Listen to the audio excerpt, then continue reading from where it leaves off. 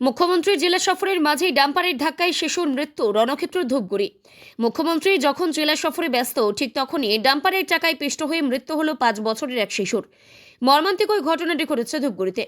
এই মৃত্যুকে কেন্দ্র করে রণক্ষেত্রের চেহারা নেয় ধূপগুড়ি জলপাইগুড়িগামী মহাসড়ক। স্থানীয় বাসিন্দাদের অভিযোগ, প্রশাসনের নজরদারি এড়িয়ে দিনরাত জলঢাকা নদী থেকে জেসিবি নামিয়ে অবাধে বালি লুট চলছে। সারিবদ্ধ ডাম্পারে করে সেই বালি পাচারের সময়ই আজ ঘটে এই দুর্ঘটনা। ঘটনার প্রতিবাদে এবং বালি মাফিয়াদের দৌরাত্ম্য বন্ধের দাবিতে পথ অবরোধ করে বিক্ষোভে ফেটে পড়েন স্থানীয় বাসিন্দারা।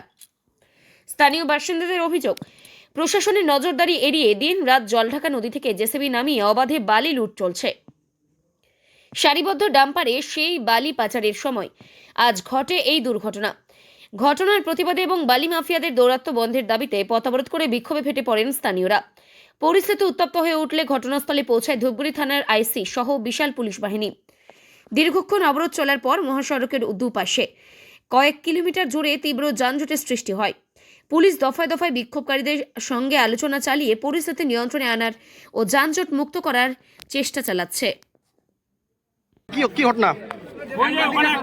ছোট বাচ্চা ওয়ানে পড়া একদম পিছিয়ে দিয়ে চলে গেছে রাস্তার মধ্যে।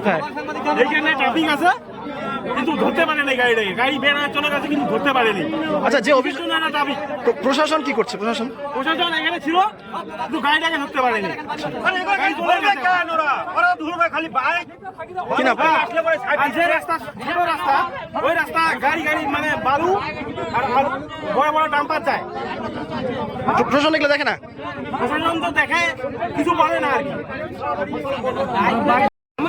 আমার বাচ্চা একজন 5 বছরের বাচ্চা, এই বালুর গাড়ি খুব অসুবিধা হয় আমার।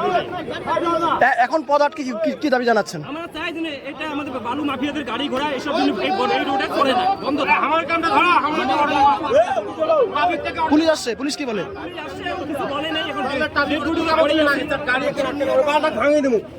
পড়ে আছে কিছু, এখন বলে নাই।